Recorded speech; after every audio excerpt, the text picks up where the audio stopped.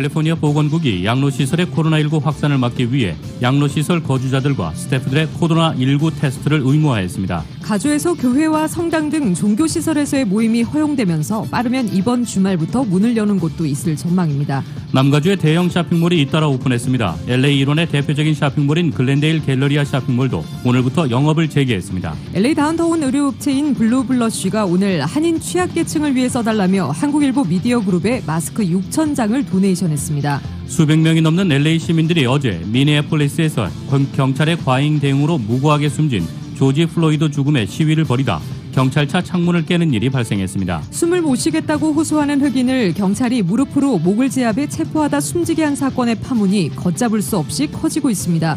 항의 시위는 폭동과 방화로까지 번졌고 사망자까지 나왔습니다. 미국이 중국인 대학원 유학생과 연구원에 대해 비자 취소를 통해 사실상 추방하는 방안을 검토 중이라고 뉴욕타임스가 보도했습니다. 중국이 끝내 홍콩 보안법을 통과시키면서 홍콩의 반발이 시작됐습니다. 중국 지도부는 이르면 다음 달 중으로 홍콩 보안법을 발효시킬 것으로 전망됩니다. 트위터를 겨냥해 가만두지 않겠다던 트럼프 대통령의 엄포는 현실이 됐습니다. 트위터, 페이스북 등 소셜미디어 SNS 업체에 대한 규제를 강화하는 행정명령에 서명했습니다. 법무부가 25억 달러가 넘는 규모의 돈 세탁에 관여한 혐의로 북한인과 중국인 30여 명을 기소했습니다. 미국이 기소한 북한의 제재 위반 사건 가운데 최대 규모입니다. 신종 코로나 바이러스 감염증 사태로 인한 미국의 실업 쓰나미가 10주 연속 계속됐습니다. 노동부는 지난주 신규 실업 수당 청구 건수가 212만 건을 기록했다고 밝혔습니다. 뉴욕 증시에서 주요 지수는 미국 실업 완화 조짐에도 중국과의 충돌에 대한 우려로 하락으로 마감했습니다. LA 지역 내일 대체로 맑은 날씨 보입니다. LA 지역의 내일 낮 최고 기온 73도, 밤 최저 기온 61도입니다. 이상은 이 시간 주요 뉴스입니다.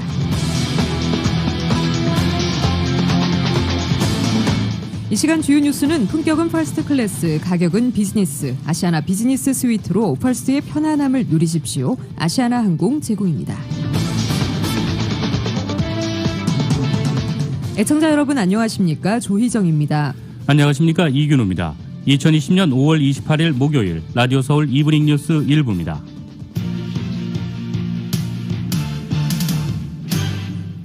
일부 첫 소식 전해드리겠습니다. 캘리포니아 보건국이 양로시설의 코로나19 확산을 막기 위해 양로시설 거주자들과 스태프들의 코로나19 테스트를 의무화했습니다. 보건국에 따르면 가주 양로시설의 거주자들과 직원들은 최소 한 번씩 코로나19 테스트를 해야 합니다. 양로시설에 있는 사람들이 모두 음성으로 나올 경우 거주자 중 25%와 양로시설 직원들은 일주일에 한 번씩 테스트를 해야 하고 한 달에 한 번은 모든 거주자들과 직원들이 감염 여부 테스트를 받아야 합니다. 이는 기존의 LA 카운티의 가이드라인보다 훨씬 엄격한 방침입니다. 양로시설에서 코로나 바이러스 확진자 수가 급증하고 양로시설 내 사망자가 LA 카운티 바이러스 감염으로 인한 사망자의 절반에 달하는 등 문제가 심각해지면서 테스트 의무화라는 결정을 내리게 됐습니다.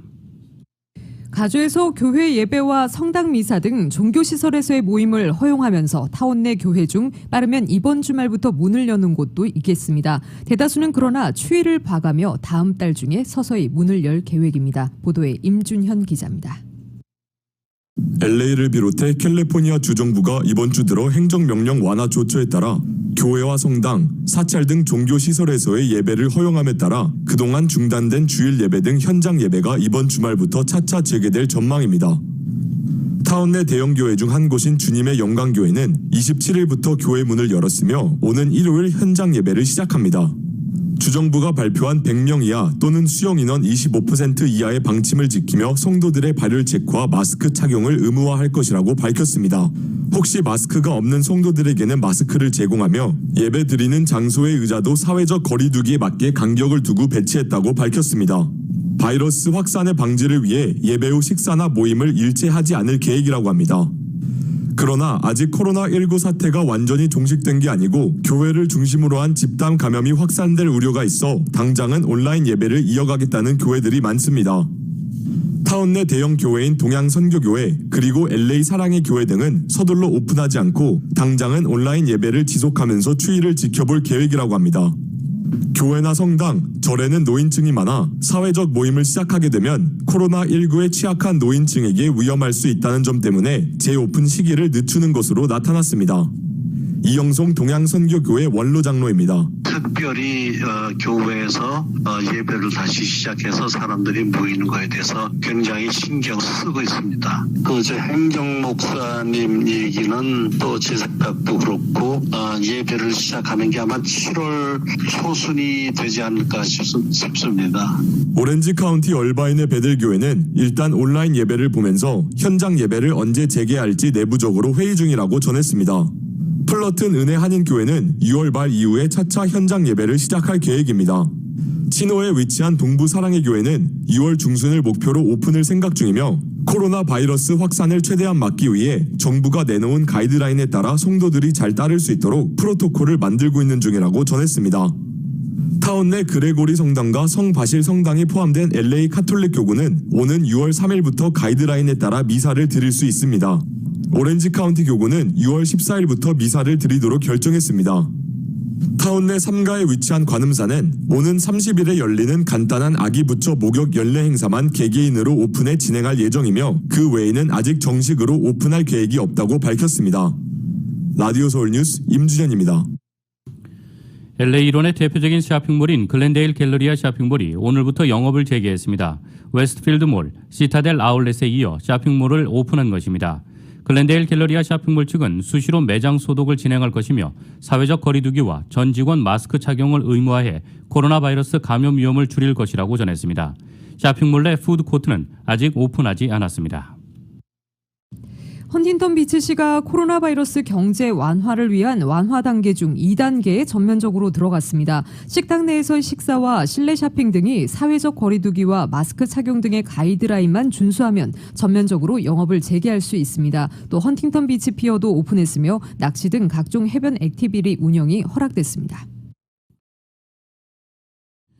LA 다운타운 의류업체 블루블러시가 오늘 한인 취약계층을 위해 써달라며 한국일보 미디어 그룹에 일회용 마스크 6,000장을 도네이션했습니다. 블루블러시는 총 26,000장의 마스크를 남가주 지역 병원과 교회 등에 도네이션했습니다. 정현호 기자입니다. LA 다운타운에서 여성 의류업체를 운영하는 젊은 한인 부부가 28일 미주 한국일보 LA 본사를 방문해 한국일보와 라디오 서울, 한국TV 미디어 그룹에 마스크 6,000장을 도네이션했습니다. 코로나19 팬데믹 속에 행정명령이 완화되면서 외부 활동이 본격적으로 시작되는 시기여서 마스크가 어느 때보다 많이 필요할 것 같다. 마스크가 필요한 사람들에게 고루 나눠줬으면 좋겠다는 바람을 전했습니다. 이름은 밝히지 않은 채 그냥 다운타운 의류업체 블루블러시의 공동대표라고 밝힌 조 씨 부부는 최근 34,000개의 마스크를 중국에서 주문해 이 가운데 5,000개는 사무실에서 사용하고 3,000개는 직원 가족들을 위해서 나눠줬다. 나머지 26,000개 마스크 중에 6,000개를 한국일보 미디어 그룹에 그리고 나머지는 플러튼의 세인주드 메디컬 센터와 교회 그리고 영김 전 가주 하원의원 사무실 등에 나눴다고 밝혔습니다. 의류업체 블루블러시는 매뉴팩처링 업종의 영업이 허용되면서 최근 영업을 본격 재개했는데 3월 중순 행정명령이 내려진 직후 지난 2달여 동안 60여 명에 달하는 직원을 한 명도 돌려보내지 않고 임금을 지급해가며 내 식구처럼 살펴온 착한 업주입니다. 코로나19 직후 매출이 급감해 재정적으로 타격이 컸음에도 경제활동이 재개되자마자 주위의 어려운 사람들을 위해 마스크를 나르는 조 씨 부부의 모습은 주위의 훈훈한 온정을 느끼게 하고 있습니다. 한국일보 미디어그룹의 브라이언 전 부사장은 기부받은 마스크를 한인사회에 도움이 필요한 분들에게 골고루 나눌 계획이라고 밝혔습니다. 라디오 서울 뉴스 정현호입니다. 수백 명이 넘는 LA 시민들이 어제 미네폴리스에서 경찰의 과잉 대응으로 무고하게 숨진 조지 플로이드의 죽음에 시위를 벌이다 경찰차 창문을 깨는 일이 발생했습니다. 다운타운 101번 프리웨이 지역에서 시위를 벌이던 LA 시민들은 경찰차가 다가오자 발로 차거나 차 위로 올라서는 등 공격을 하다 경찰차 창문이 깨진 것으로 알려졌습니다. 차 위로 올라서다 경찰차가 출발하자 떨어져 심각한 부상을 입은 시위자는 들것에 실려 병원으로 이송되기도 했습니다. LAPD 측은 LA 시민들의 시위가 몇 시간 동안 지속됐으며 전반적으로 비폭력적이었다며 아무도 체포하지 않았다고 전했습니다. 마이클 모어 LAPD 국장은 조지 플로이드 죽음에 관해 시민을 보호하는 경찰의 기본에 어긋난 충격적인 일이라고 얘기했습니다. 숨을 못 쉬겠다고 호소하는 흑인을 경찰이 무릎으로 목을 제압해 체포하다 숨지게 한 사건의 파문이 걷잡을 수 없이 커지고 있습니다. 항의 시위는 폭동과 방화로 번졌고 사망자까지 나왔습니다. KBS의 보도입니다. 대형 건물이 불타오르고 소방차가 출동해보지만 불길 잡기가 쉽지 않습니다. 상점은 공격받고 약탈당했습니다. 46살 흑인 남성 플로이드 씨가 경찰 체포 과정에서 숨을 못 쉬겠다고 애원하다 사망한 미니애폴리스는 항의 시위가 폭동으로 변했습니다. 가해 경찰 소속 경찰서를 둘러싼 시위대와 경찰의 대치는 하루 종일 계속됐고 폭동 같은 시위가 지나간 거리는 폐허처럼 변했습니다. 이 과정에서 한 명이 총에 맞아 숨졌습니다. 시장은 주지사에게 주방위군 출동을 요청했습니다. 사건에 관계된 경찰 4명이 해고됐지만 유족과 시위대는 살인죄를 물어야 한다고 요구했고 연방수사국 FBI는 이미 수사를 시작했습니다. 숨쉬지 못하겠다는 플로이드 씨의 체포 당시 영상은 각종 매체로 연일 미 전역에서 방송되고 있고 이는 2014년 경찰 체포 과정에서 숨쉬지 못하겠다고 하소연하다 숨진 에릭 가너 사건을 연상시킵니다. 시위대의 구호도 숨쉬지 못하겠다입니다. 경찰과 흑인, 특히 백인 경찰이 가해자로 등장하면서 인종 갈등 양상도 보입니다. LA는 사건 발생 지역이 아니지만 수많은 항의 시위대가 고속도로를 점거하고 경찰차까지 공격했습니다. 규모는 작았지만 휴스턴에서도 항의 시위가 벌어졌습니다. 플로이드 씨가 숨진 지 사흘째 미국은 인종 갈등 양상으로 시위가 더 확산될지 우려의 눈으로 지켜보고 있습니다. 버지니아에서 KBS 뉴스 김은규입니다. 미국 내 대학 총장들 10명 중 8명 이상은 올 가을 학기에 대면 수업이 재개될 것으로 보고 있는 것으로 나타났습니다. 미국 교육위원회가 최근 전국 공립과 사립대 총장 310명을 대상으로 올 가을 학기 캠퍼스에서 대면 수업이 재개될 가능성을 설문조사한 결과 전체 응답자의 53%는 재개 가능성이 매우 높다고 답했습니다. 또 설문에 응한 총장들의 31%는 어느 정도 가능성이 있다고 밝혔습니다. 대학 총장들의 약 85%가 올 가을 학기 캠퍼스 내 수업 재개에 대해 희망적으로 바라보고 있는 셈입니다. 이 같은 경향은 사립대에서 보다 높아 응답자 중 4년제 사립대 총장들의 경우 58%가 올 가을 학기 캠퍼스 내 수업 재개 가능성이 매우 높다고 응답했습니다. 개빈 뉴스 캘리포니아 주지사가 가주 전역 초, 중, 고교를 대상으로 학기 말까지 휴교령 조치를 내린 후 온라인 학습으로 전환해온 학교들이 이번 주부터 여름방학에 들어갑니다. 뉴섬 주지사가 7월 말 또는 8월 초에 다음 학기 시작을 언급한 후 LA 통합교육부가 8월 18일로 개학 날짜를 확정함에 따라 이 많은 교육부에서 학부모들 설문조사 실시 등으로 8월 개학을 조심스럽게 타진하고 있습니다. 이런 가운데 LA 카운티 내 200만 명의 학생들을 교육하는 80개 교육부 교장과 교직원들도 태스크포스팀이 2020에서 2021년 학년도 개학 상황을 위한 지침을 마련했습니다. LA 카운티 교육국이 새 학년을 위한 기본 학습 모델은 대면 학습과 온라인 학습 병행, 온라인 학습 등 3개 방안입니다. 태스크포스 지침에 따르면 학교 내에서 대면 학습을 하기 위해서는 출입구 복도 등 통제, 발열 점검, 마스크 착용, 손 씻기 등 건강 및 청소 프로토콜, 건강 모니터링 교사 상주, 물리적 거리 수용, 학교 통학 서비스, 식품 안전 등을 준수해야 합니다. 학교에 상주하는 양호 교사는 개인 보호 장비를 갖추고 코로나19 증상을 겪고 있는 교직원과 학생들을 위한 자가격리 일정을 확인해야 합니다. 학교 캠퍼스 시설 이용 규정은 출입구에 건강검진소 마련, 복도와 계단 일방 통행, 손 씻기와 화장실 사용 일정, 바닥에 물리적 거리 표시, 손 소독제 기계 설치, 학교 사무실과 양호실 전면 유리 설치 등입니다. 가장 주의가 필요한 물리적인 거리를 유지하기 위해서는 공동사용 공간은 폐쇄하고 반별 점심시간 식사 예약제 운영, 야외 공간 수업, 좌석 6피트 거리 유지, 수업간 교실 소독 등이 권장됩니다. 한편 토니 서먼드 가주 교육감은 6월에 캘리포니아 내 모든 학교를 대상으로 새 학년 학교 재개를 위한 구체적인 지침을 발표할 계획이라고 밝혔습니다. 남가주 한인사회의 대표적 이민자 저소득층 권익옹호 단체 하나인 민족학교가 지난해 내분 사태로 인한 혼란 극복을 위해 새 대표를 선임하고 새로운 출발을 다짐했습니다. 민족학교 측은 신임 대표로 현재 미주 한인재단 글렌데일 회장과 글렌데일 기독교 여성청년회 이사 및 LA 북부 한인회 자문을 맡고 있는 김동조 씨를 선임했다고 오늘 밝혔습니다. 지난해 영어권 2세 중심의 실무지도부 전원 사퇴 등 내부 분열을 겪은 민족학교는 지난 3월부터 김영란 임시 사무국장 체제로 운영돼 왔습니다. 그동안 대표를 맡아오다 3월 말 임기를 마치고 어드바이저 역할을 해온 윤대중 이사는 지난해 내분 사태로 실무진이 대거 사직한 것에 대해 사실상 책임을 지고 5월 말에 민족학교를 떠난다고 민족학교 측은 밝혔습니다. 민족학교 이사회는 이번 내분 사태로 인력관리 부실을 통감하며 더욱 성장하고 커지고 있는 내부 조직 운영과 인력관리까지 할 수 있는 적임자를 찾아왔으며 지난 몇 개월 동안 대표 후보자들을 검증해온 뒤 지난 18일 김동조 씨를 신임 대표에 최종 낙점했다고 밝혔습니다.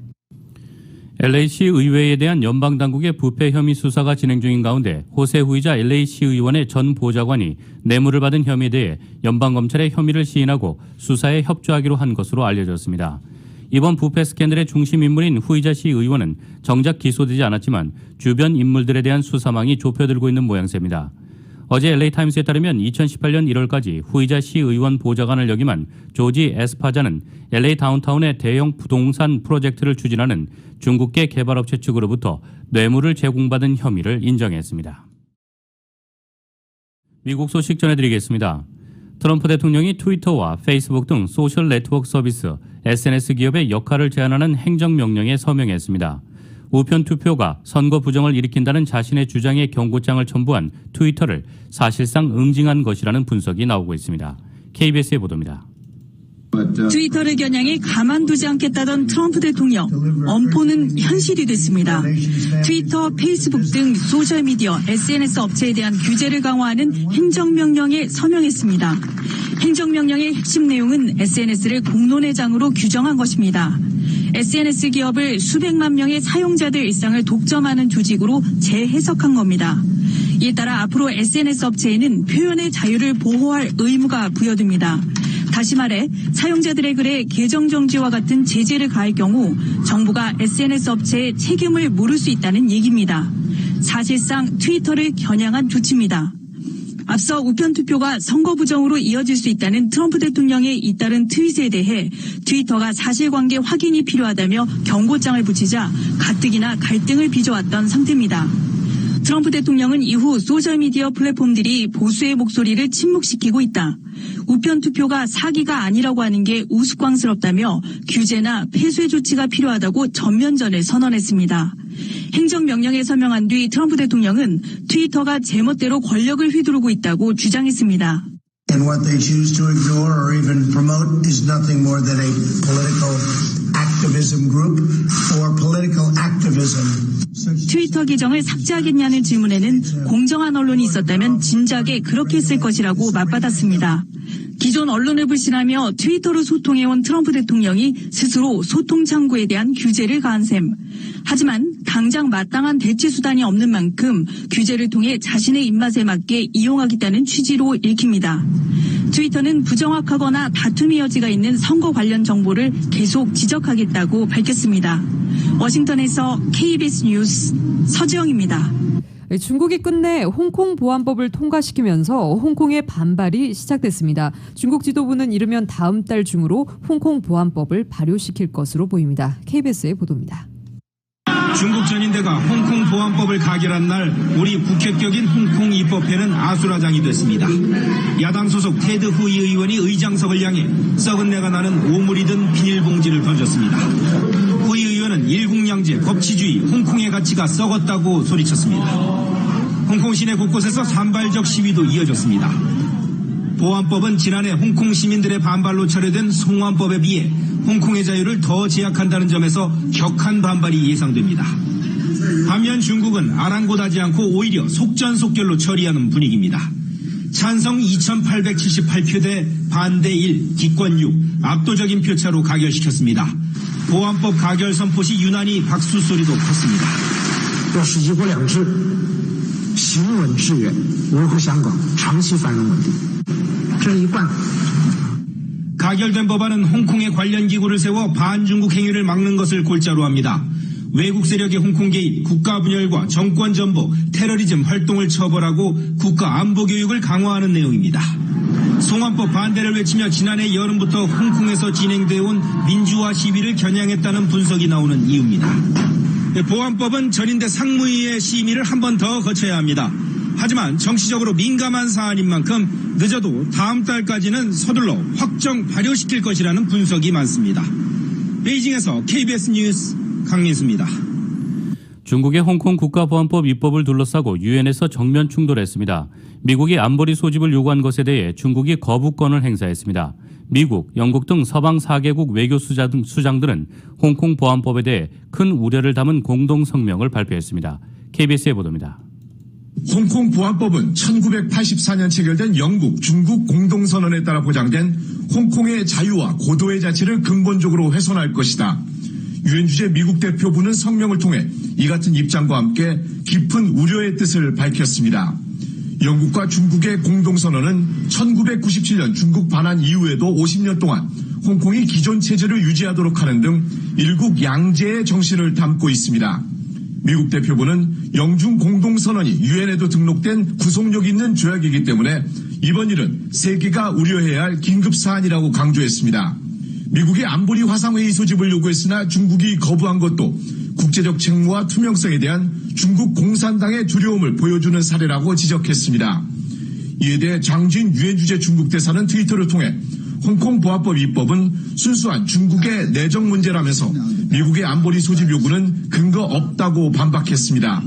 장진 대사는 미국의 무력 외교와 괴롭히기를 즉각 중단하라고 촉구했습니다. 미국과 영국, 캐나다, 호주 등 4개국 외교수장들은 홍콩 보안법이 홍콩 시민들의 자유를 축소시키고 자율성을 약화시킬 것이란 내용의 공동 성명을 발표했습니다. 독일과 프랑스 등도 개별적으로 강한 우려를 밝혔습니다. 관심은 트럼프 행정부가 어떤 대응을 할지에 모아집니다. 커들로 백악관 국가경제위원장은 CNBC 방송과 인터뷰에서 중국이 큰 실수를 저질렀고 이에 대한 책임을 지게 될 것이라고 경고했습니다. 홍콩이 중국과 같은 방식으로 대우받아야 할 수 있다는 언급도 했습니다. 트럼프 대통령은 현지 시간으로 29일 중국 문제와 관련한 기자회견을 할 예정이라고 로이터 통신이 보도했습니다. 뉴욕에서 KBS 뉴스 김철우입니다. 중국의 홍콩 국가보안법 제정을 둘러싼 미국과 중국 간 갈등이 고조되는 가운데 미국이 중국인 대학원 유학생과 연구원에 대해 비자 취소를 통해 사실상 추방하는 방안을 검토 중이라고 뉴욕타임스가 오늘 보도했습니다. 뉴욕타임스는 미국에서 유학 중인 중국인 대학원생 가운데 중국 인민해방군과 연계된 중국 내 대학과 관련이 있는 학생들이 주요 표적이라며 이같이 전했습니다. 뉴욕타임스는 홍콩 보안법과 관련한 미중 갈등이 불거지기 이전부터 논의되어 온 사안이라면서 마이크 폼페이오 국무장관이 26일 백악관 회의에서 이 문제와 관련해 논의했다고 설명했습니다. 그러나 비자 취소 결정이 내려질 경우 홍콩 보안법을 둘러싼 갈등과 맞물려 미중 간 긴장은 더욱 격화할 것으로 보입니다. 한국 소식 전해드리겠습니다.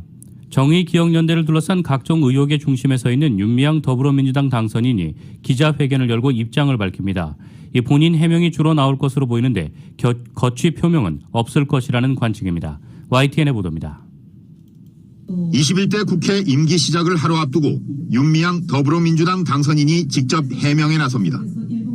윤 당선인은 지난 18일 라디오 인터뷰를 끝으로 모습을 드러내지 않았는데 국회 임기가 시작되기 전 각종 의혹에 대한 입장을 해명하지 않으면 더 큰 비판에 직면할 수 있다고 판단한 것으로 보입니다.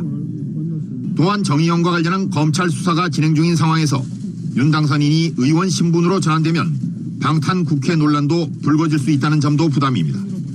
민주당의 차기 유력한 당권 주자인 이낙연 당선인도 본인이 책임 있는 소명이 있으리라 기대한다고 말하며 윤 당선인을 압박하기도 했습니다. 윤 당선인이 받는 각종 의혹 가운데 핵심적인 건 기부금 유용 논란입니다. 정의연은 윤 당선인 개인 계좌로 기부금을 받아 회계할 일을 허술하게 하고 지출 내용을 정확하게 기재하지 않은 게 드러난 상황입니다. 윤 당선인 부부가 여러 채의 주택을 모두 현금으로 샀다는 논란도 기부금 유용 의혹의 연장선상에 있습니다. 여기에 안성쉼터를 시세보다 비싸게 매입하고 자신의 아버지를 관리인으로 지정했다는 것도 논란입니다. 국회의원이 뭔지 모릅니다. 자기가 또 사리사욕 치르는 거 아닙니까? 이 때문에 회견에서는 이용수 할머니가 제기한 의혹에 대한 해명도 있을 것으로 보입니다. 하지만 자신이 거취와 관련한 표명은 없을 거란 게 대체적인 관측입니다. YTN 최재민입니다. 어제 오찬 회동에서는 국정 전반에 걸쳐 야당 원내대표의 문제 제기와 대통령의 답변이 있었습니다. 재정 투입에 따른 재정 건전성 우려에 대해 문재인 대통령은 경제가 회복돼야 장기적으로 건전성이 높아진다며 3분기 정도에는 경제가 V자에 가깝게 살아나길 바란다고 말했습니다. YTN의 보도입니다. 21대 국회 출범을 앞두고 이뤄진 문재인 대통령과 여야 원내대표의 만남. 주호영 원내대표는 여러 국정 현안에 대한 야당의 의견을 문 대통령에게 전했습니다. 특히 경제 위기로 막대한 예산이 투입되면서 재정 건전성 악화가 우려된다고 지적했습니다. 3, 4추경까지 되면 국가 부채 비율이 46.5%가 넘어서서 그것이 국가 신인도에 영향을 주고 이에 대해 문 대통령은 3분기쯤엔 V자에 가깝게 경제가 회복돼야 한다며 신속한 재정 투입 필요성을 거듭 강조했습니다. 또 추경 예산안도 정치 현안으로 시간을 보내다 마지막 날 자정에 통과시키는 관행은 안 된다면서 충실한 심사는 당연하지만 결정은 신속히 내려달라고 당부했습니다. 코로나 위기 극복 이후에는 미래를 향한 경쟁이 될 것이라면서 누가 더 협치와 통합을 위해 열려 있는지 국민이 합리적으로 보실 것이라고 말했습니다. 북핵 문제에 대해선 재래식 군사력은 우리가 월등하다며 우리가 핵을 개발할 수는 없는 만큼 북미 협상을 도와야 한다고 설명했습니다. 또 2015년 위안부 합의는 피해자들과 합의 내용을 미리 공유했다면 해결될 수도 있었는데 당시 정부는 일방적이었다고 지적했습니다. 고위공직자 범죄수사처에 대해 주 원내대표는 검찰 통제수단으로 보인다고 비판했지만 문 대통령은 대통령 측근 비리 예방이 본래 목적이라고 반박했습니다. 이명박 박근혜 전 대통령 사면은 주 원내대표가 직접 언급하진 않았지만 적폐청산이 상대편에만 가혹하게 이뤄진다며 국민 통합이 필요하다는 취지로 말했습니다. YTN 김도원입니다.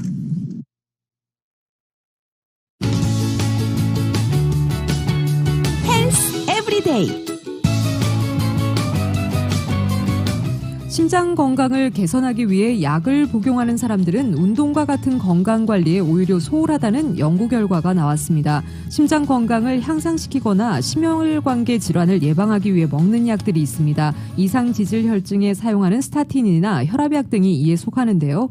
이러한 약을 먹는 사람들은 건강 관리를 더욱 철저히 할 것 같지만 약 의존도가 높아지면서 생활 습관은 오히려 흐트러지는 경향이 있는 것으로 나타났습니다.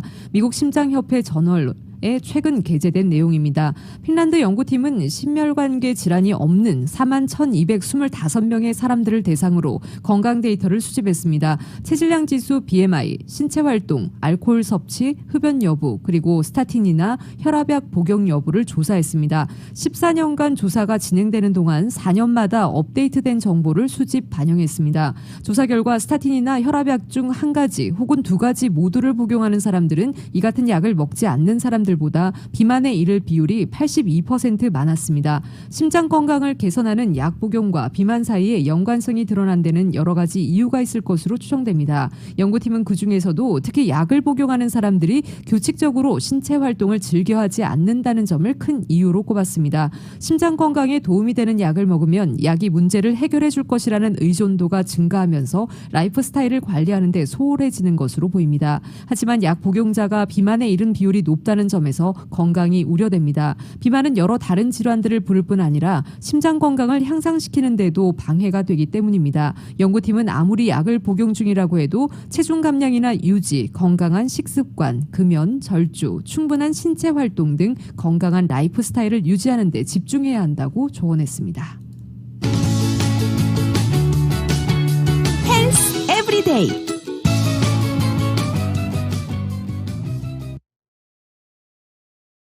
뉴욕 증시에서 주요 지수는 미국 실업 완화 조짐에도 중국과의 충돌에 대한 우려로 하락했습니다. 오늘 뉴욕 증권거래소에서 다우지수는 전장보다 147.63포인트, 0.58% 하락한 25,400.64의 거래를 마쳤습니다. S&P 500 지수는 전장보다 6.4포인트, 0.21% 내린 3,029.73에, 기술주 중심의 나스닥 지수는 43.37포인트, 0.46% 떨어진 9,368 28.99에 장을 마감했습니다. 시장은 주간 실업보험 청구자 등 주요 경제지표와 홍콩 국가보안법 관련 미국과 중국의 갈등 등을 주시했습니다. 주요 지수는 장중 대체로 상승세를 나타냈습니다. 주요 지수는 하지만 중국에 대한 미국의 제재 우려로 장 막판 빠르게 반락했습니다. 오늘 업종별로는 에너지가 2.91% 내렸고 커뮤니케이션도 0.96% 하락했습니다. 재료 분야는 1.24% 올랐습니다. 뉴욕 증시 전문가들은 미국이 내놓을 홍콩 문제 대응에 따라 시장이 불안해질 수도 있다고 우려했습니다.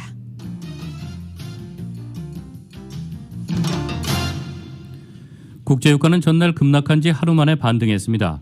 뉴욕 상업거래소에서 7월 인도분 서부 텍사스산 원유는 전날보다 배럴당 2.7% 뛴 33.71달러의 거래를 마쳤습니다. 런던 ICE 선물거래소의 7월물 브렌트유도 현재 배럴당 2.04% 상승한 35.45달러에 거래되고 있습니다.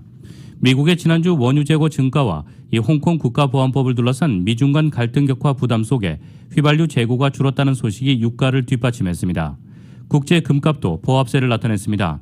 뉴욕 상품거래소에서 8월 인도분 금은 전날보다 온스당 0.1% 오른 1,728.30달러를 기록했습니다. 미국의 1분기 성장률이 신종 코로나 바이러스 감염증 사태의 충격으로 당초 발표보다 더 떨어진 것으로 나타났습니다. 미 상무부는 1분기 국내 총생산 GDP 증가율이 마이너스 5%를 기록했다고 오늘 밝혔습니다. 이는 잠정치로 지난달 29일 발표된 속보치인 마이너스 4.8%보다 0.2%포인트 하향 조정된 것입니다. 향후 발표될 확정치를 통해 추가 수정될 수 있습니다. 미국의 분기 성장률은 지난해 4분기 2.1% 성장해서 코로나19의 충격으로 1분기에 마이너스로 돌아섰습니다. 신종 코로나 바이러스 감염증 사태로 인한 미국의 실업 쓰나미가 10주 연속 계속됐습니다. 노동부는 지난주 신규 실업수당 청구 건수가 212만 건을 기록했다고 밝혔습니다.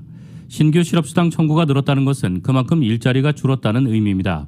블룸버그 통신이 집계한 전문가 전망치는 210만 건이었습니다.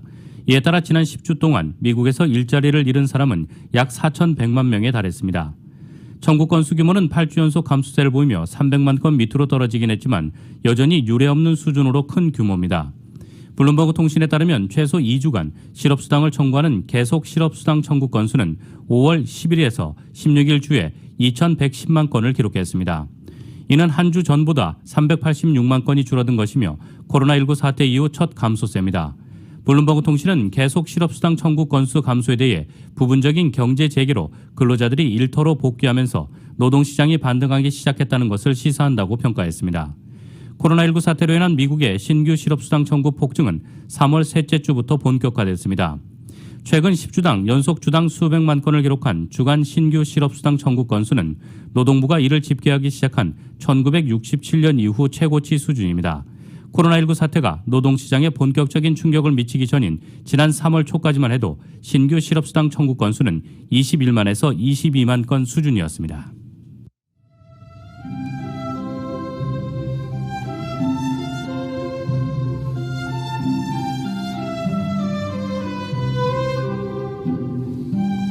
함께 이겨나가겠습니다. 언제나 힘이 되는 은행, 당신의 비즈니스 뱅킹 파트너 CBB뱅크 제공 5월 28일 목요일 오늘 밤과 내일 날씨입니다. 금요일인 내일 대체로 맑은 날씨 보입니다. 낮 기온 오늘보다 2, 3도가량 내려가면서 예년 기온을 회복하겠습니다. 주말에는 오전에 약간 구름 끼다가 차차 맑아지겠고 주말 낮 기온 70도 중후반대 분포 보이겠습니다. LA 한인타운의 내일 낮 최고 기온 75도, 밤 최저 기온 61도입니다. 오렌지 카운티 지역 내일 낮 최고 76도, 밤 최저 62도, 벨리와 인랜드 엠파이어 지역 78도, 56도, 해안 지역의 내일 낮 최고 66도, 밤 최저 58도입니다. LA 지역 오늘 밤 약간 흐립니다. 밤 최저 기온 62도입니다. 한국은 오늘 기온이 크게 올라 초여름처럼 더운 날씨 보이겠습니다. 서울의 오늘 낮 최고 기온 화씨 82도, 밤 최저 기온 화씨 58도입니다. 라디오 서울 이브닝 뉴스 1부 이 시간은 LA와 가든그로브 두 곳에서 모시는 금강안경 검안과 1250만 불 교통사고 최고보상 교통사고 전문 천재변호사 리차드 호프만, 언제 어디서나 내 맘대로 골라보는 한국TV 앱, 지금 바로 다운로드하세요. 한국TV 앱 공동 제공이었습니다.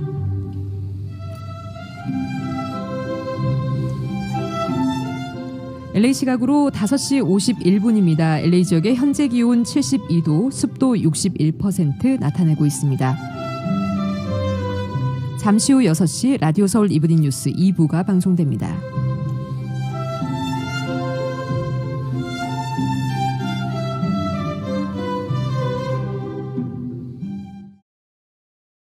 지금까지 진행의 이균우, 조희정이었습니다. 편안한 저녁 보내시기 바랍니다. 고맙습니다.